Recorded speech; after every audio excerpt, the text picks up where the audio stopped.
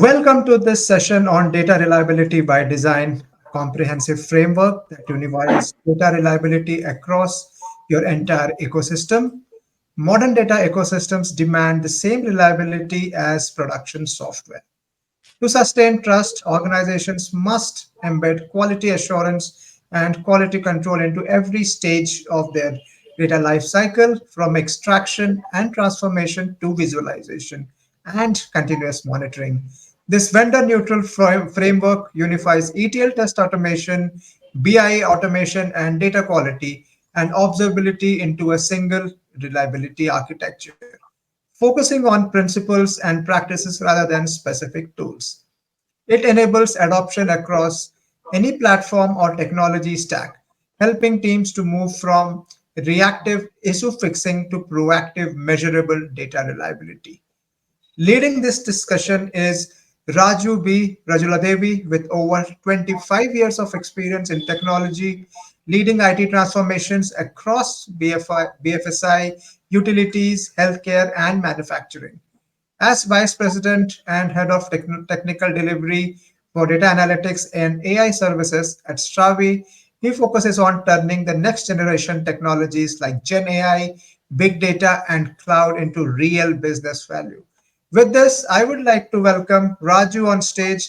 Raju, welcome to the Trust Data Summit. The stage is all yours. Thank you very much, Sandeep. Honored to be on the stage on the Trusted Data Summit.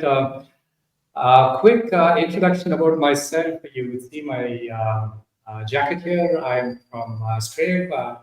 Formerly, just a small correction over there, I used to head the data analytics and artificial intelligence services. I moved into a different company now. I also worn over here my T-shirt in Standard Chartered Global Business Services, which is where I was learning the tricks and trade of not just quality control, quality assurance, ETL, and of course the SRE concepts. I'm also a former SRE Foundation certified engineer. Without much ado, let's start off.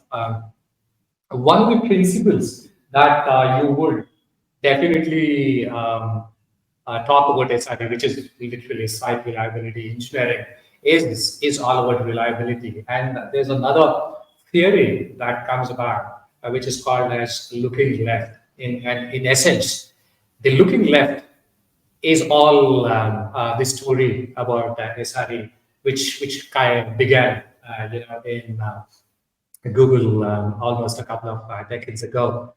And we thank Google for allowing us to continue those practices in the current world as well.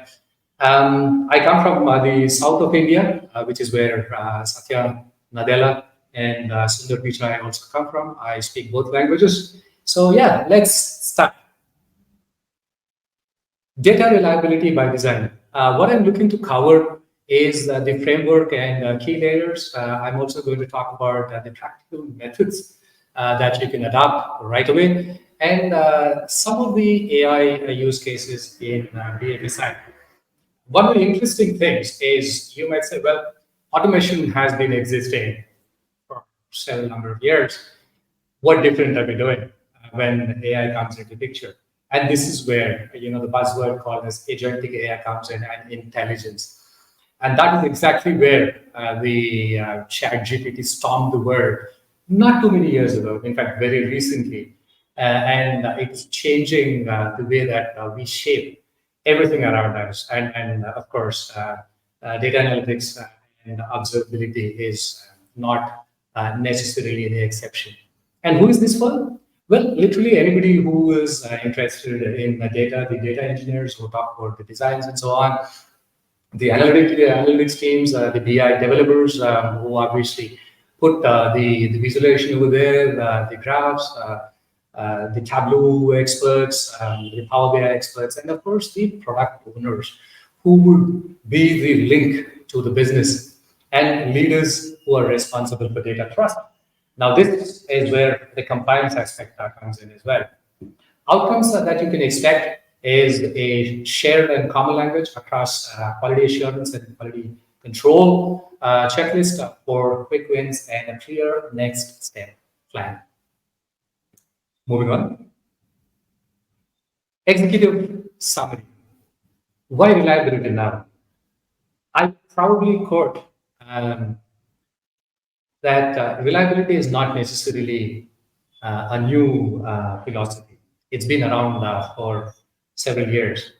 But if you look at the patterns in which businesses run, any incident which comes as part of the production life cycle regarding data, it could be schema drift, for example. The schema that the data that is coming in loses some of its context, and you end up having bad problems. So one bad incident can start reducing the trust, and you would definitely want to match software expectations. What the framework does is right from the aspect of the data source, where the sourcing happens, right up to the visualization and observability, which is all about making sure that from the left to the right corner, everything goes to expectation, and that there is enough checks to make sure that everything that is expected of your data is what happens, including your lineage and the metadata that supports it. It focuses on principle, not necessarily on tools, and definitely works across the cloud, on-prem, or hybrid, simply because we're talking of common principles. How it changes the team, as what Sandeep had alluded to earlier, it moves you from reactive to proactive. This is a philosophy. How you implement it in terms of your ETL frameworks, your data pipelines and of course your SRE frameworks, your data SREs, etc., is all governed by your specific requirement. And it creates clear ownership, and SLAs makes quality measurable and visible. The framework overview. We know very well that ETL test automation is all about the inputs. You are extracting, you're transforming, and you're loading.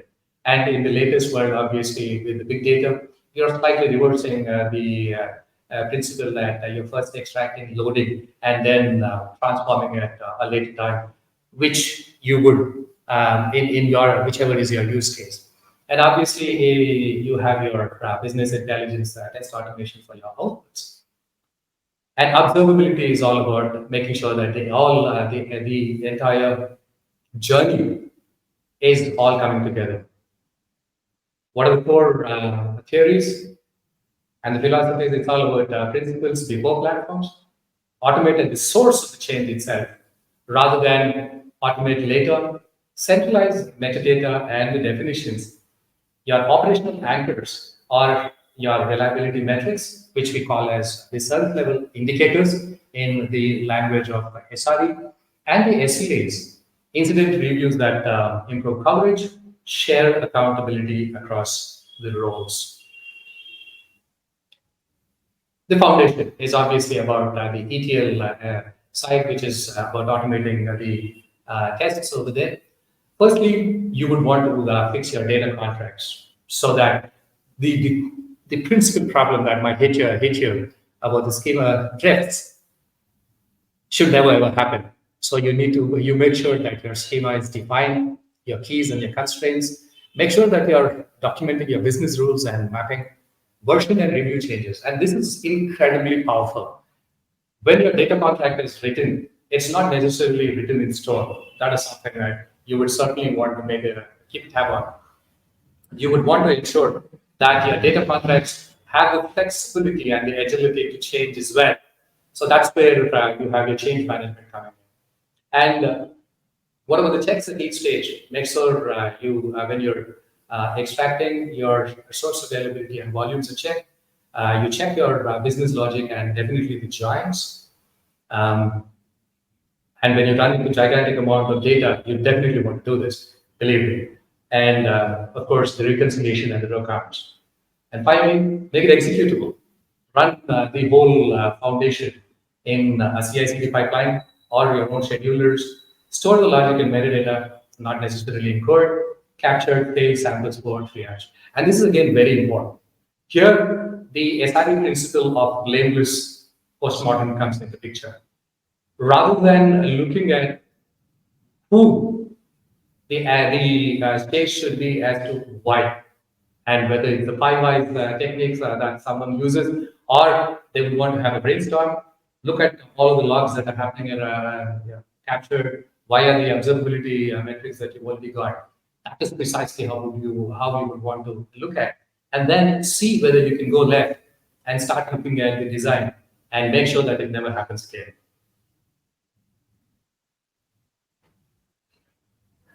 The methods and staying on with test automation at the ETL stage, the methods and outcomes are method-driven. The practical methods obviously are method-driven rules for portability, layer checks, so that you are moving seamlessly between in the areas of schema, the integrity, and obviously making sure that the business gets what they need. And automation hooks in any orchestrator. And here's where obviously from a rule-based automation that we would have had earlier, AI is giving us the option to look for intelligent automation. The actionable artifacts obviously are stored the fail samples and the differences so that you can reference it at a later point in time. Absolutely critical when you want to understand why things have gone wrong and where. Link tests to pipeline stages so that you are anchoring in exactly those areas where you definitely need to have and trace to ownership for the triage, which is all about ownership. And this is very critical in the sense that when you find the problem, that itself is obviously not enough to fix the problem. You then need to bring the people together and then make sure that the triage works to its intended destination, which is about coming out with a foolproof way, a solution which can stand the test of time and that a problem never repeats. Expected outcomes is obviously, as what I alluded to earlier, is about schema drift detection. Who doesn't want fewer production defects? We sleep well in the night. No on calls. And scalable testing without any lock-in. Right, moving to the visualization or the business intelligence stages, the test automation on the foundation, it starts with the critical dashboards. It's really simple. List the reports that drive decisions. And this is where I would say, look to the right. Look to the right. And when we're talking of looking to the right, we're talking about the product owners, the business who interact with the product owners. Check them if the dashboards that you're producing or the pilots that you're creating for your dashboards, your design of the dashboards meets the expectation of the product owner, and whether that is exactly the journey that the business owner or the business would want you to proceed. And that obviously means that what work you're doing is spot on and it reaches its destination very quickly. Name the KPIs that matter the most. And here the trouble is when you're having a data warehouse or a data warehouse or a lake house, you tend to look at multiple KPIs, and believe me, that becomes a big mess to manage. Instead, look at a few KPIs and work your way forward. Only those that are absolutely necessary and which matter the most to both the product owner and the businesses, and of course the stakeholders that are consuming the data. And more than anything, make sure that the data is fresh. You need that. Define the logic for the metric, make sure that your SQL is authoritative, share the registry with the tolerances, absolutely the necessary filters, and as we alluded to before, change control. This is absolutely critical. And finally, make sure that you map your lineage to sources. If you cannot identify a certain field that goes in to the report from where it actually came from, then well, I would say the report is better thrown into the garbage. It is not qualified to be called the report at all.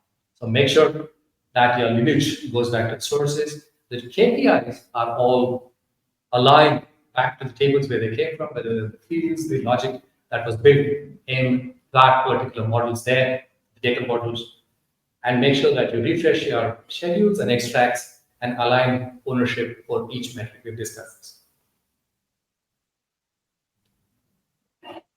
Continuing on, the methods and the outcomes in BI test automation, practical methods. Metric comparisons to trusted data, which is where your reliability aspect comes in. Regression snapshots across releases so that you maintain uniformity in your releases. Obviously, you would want to have a delta change going in rather than a sea change so that your snapshots can help you understand what was the delta between a release which would have happened a month ago and a release which is happening right now. Freshness checks on schedules and timestamps is absolutely vital. Your habits and governance. Governance brings it all together. Make sure that the versions are controlled. Apply tolerances to reduce noise. Test and deploy and on a certain schedule. And this is vital. Your testing should be announced and communicated up ahead on a plan, including your strategies and your cases, your intended test cases, how you're going to do it. Back to your stakeholders in the shape and form that they would consume. In the initial stage, perhaps you would want to give it at a plan at a high level. At the later stages, you would definitely want to communicate and work with your stakeholders so that your test cases are in alignment with the necessary stakeholders and you know who you need to call when a certain test is scheduled. And expected outcomes, obviously, you have all the good habits developed. The only intended outcomes is success. Consistent auditable KPIs, less manual BI quality assurance, higher confidence across teams, and guess what? We all smile. Data quality and observability and the foundation. This is where I was, as I said, certified at a point in time. What was end to end? No questions at all. Freshness and the downtime. Downtime is where we're talking about error budgets, which means that if it is a planned downtime, you know that you are very well safe. But if it's an unplanned downtime, you should be in a position to understand what kind of an impact can happen onto the right side of the life cycle. And pretty simple. One of the things that most of us, perhaps, whether by habit or by design, we tend to look at the left of the life cycle, which is about building a product. What SRE does, observability, availability, latency checks, performance, efficiency, change management, is making sure that the remaining part of the life cycle, which kind of goes in terms of the experience saves. It could be anywhere between 40 to 90%. So you make sure that you know that you limit and if not eliminate unscheduled downtimes. Or if at all it happens, you have a plan. Volume and distribution sets, schema and lineage changes, we've discussed. How to collect signals. Signals are available in the logs and the metadata tables. Lightweight data agents if needed. Remember always to start with one single agent. It's always start simple, test, make sure that you demonstrate to your stakeholders. Absolutely vital that you take on board your product owner, if necessary, the business owner as well. And once you have to go ahead, start moving on. In our language, track and straight, we would have started with pilots, then we would have gone to MVPs, and we would then go to the production. All with the support and the full concurrence and inputs, active inputs from the business. Dashboards that show health at a glance, how to act on signals, route alerts to your normal channels, whichever is your channel that is readily available, make sure that the alerts reach there.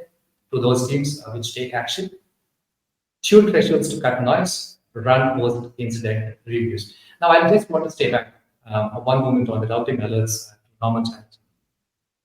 Earlier, the human in the loop, or our famous on-call engineer, had to be paged. And what agentic AI is now promising, which is brand new, it's entering the market right now. In fact, AI, generative AI, as we know, is absolutely recent, is really able to put intelligence where, given a certain and reliable set of data and the necessary inputs, the AI agent can actually run some automatic corrections as well.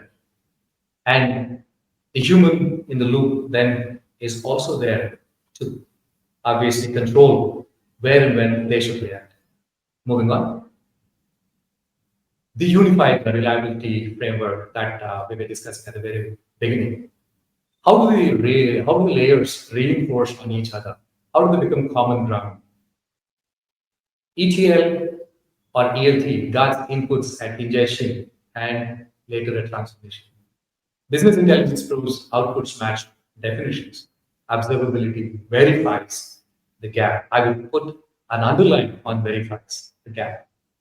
And you then know that if there is a change that needs to be done, you are proactive, and the SRE or the data SRE engineer would then start doing that proactively.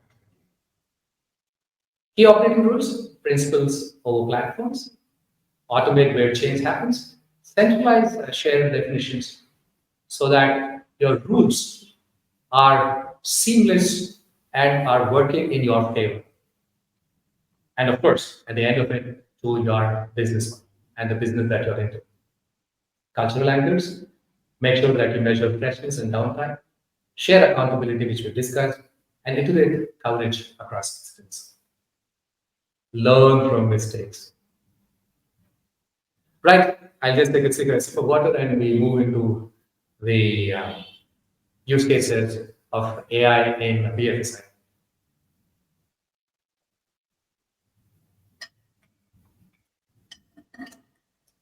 The problem to solve is manual stress tests are slow. You might have heard of Lehman Brothers back in 2008, where there was a spectacular collapse. And after that is where the term stress test started taking real urgency.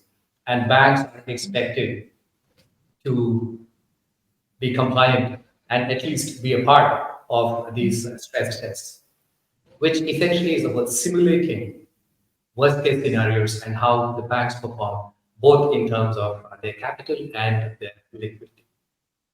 High error risk across scenarios. Lehman Brothers took a very heavy risk onto themselves. Same thing happened with Royal Bank of Scotland when they bought ABN AMRO. Regulators require proof and speed, especially in the Basel III world right now, in the Basel III framework. You would need proof and in the time that the regulators demand with explainability, not questions about it.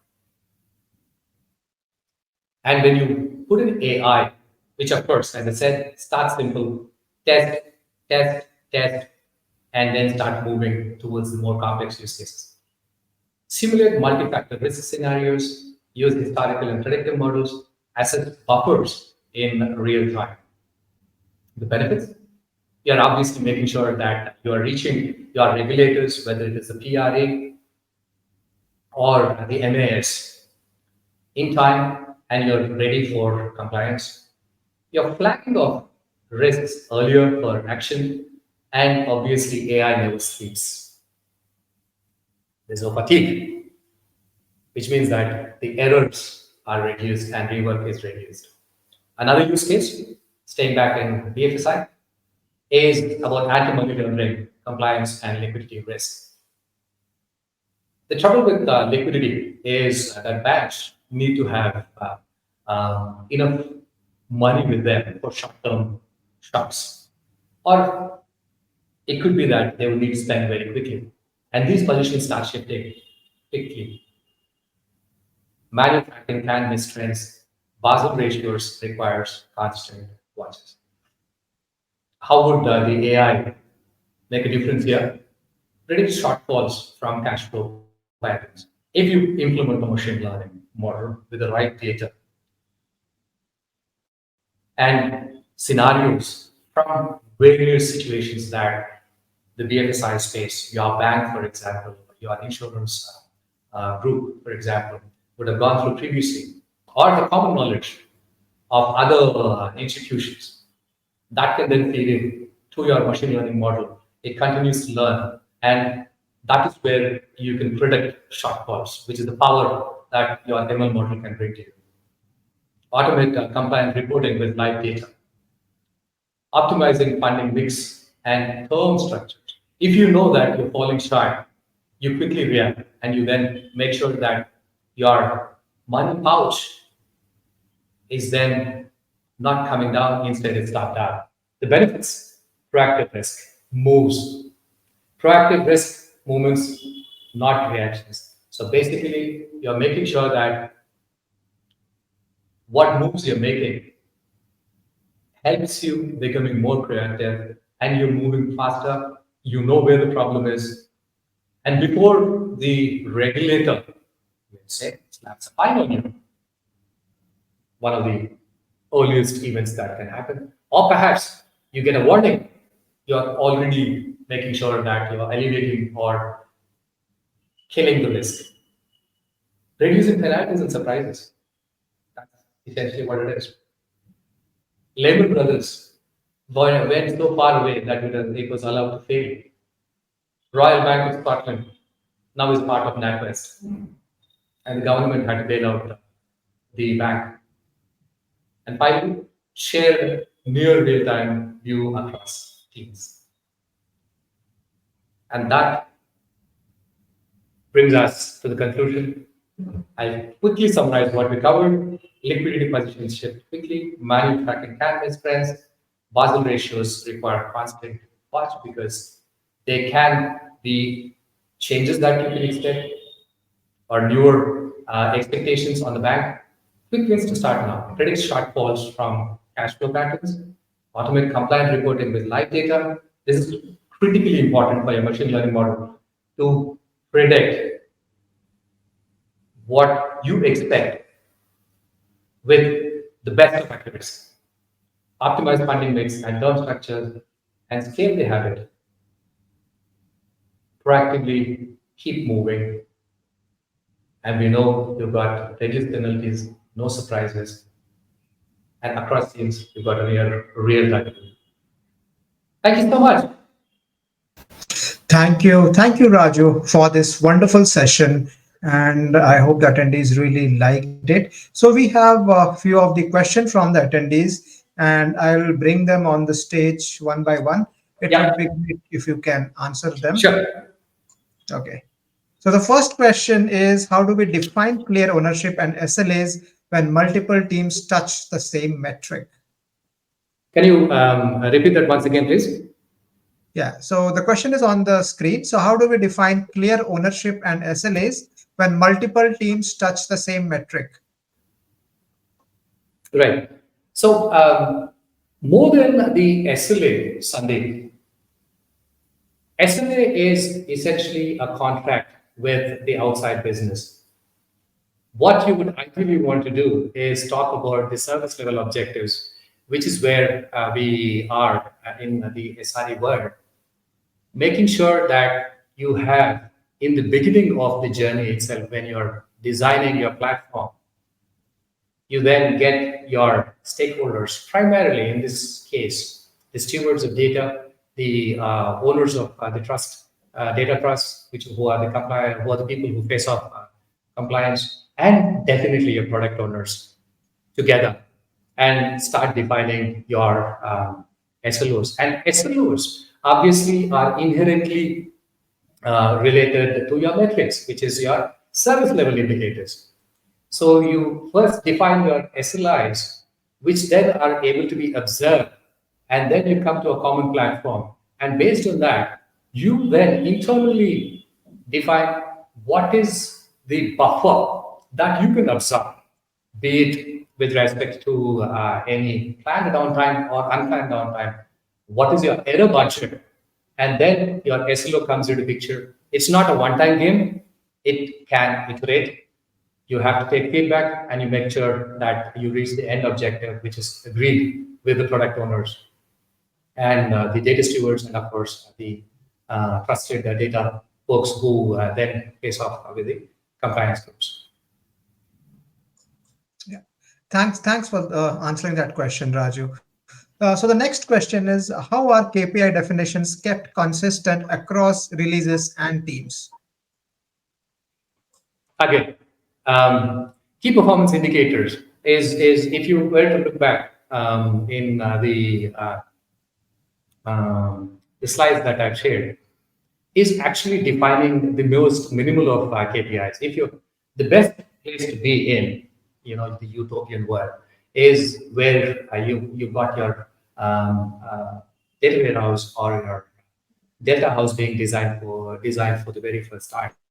So you're moving, let's say, from a legacy warehouse and you're moving into a big data, or right now into the data lakes. And this is where you have the maximum chance where your design then can be put to the best of planning against the KPIs that you would want across the various stages of the pipelines, whether it is sourcing or whether it is the loading of data, transforming, or the other way around, and of course into your BI layers. Right. Thank you, Raju, for answering this as well. So the last question that we have is, what are the artifacts that are expected when we do an incident review to make the learning more actionable? Okay. Well, artifacts are your dashboards. I think it's here in the slide that I previously held. Just give me a moment. I'll get it up. Expected outcomes consistently.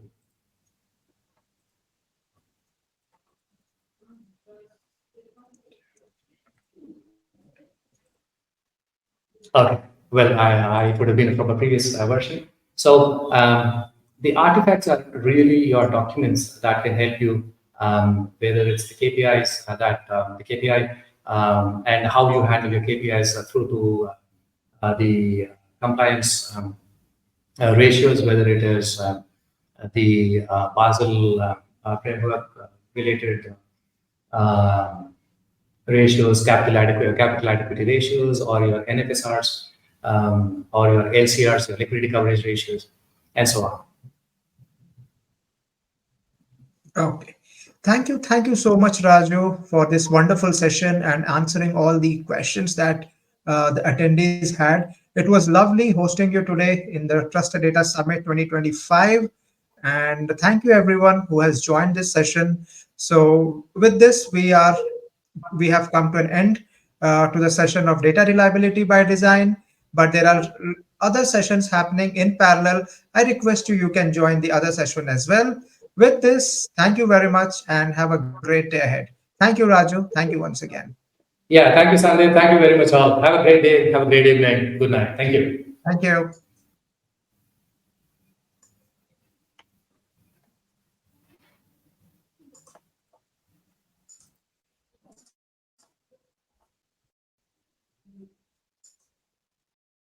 For further questions, feel free to reach contact@datagaps.com. Request a free demo, scan the QR code below. Thank you.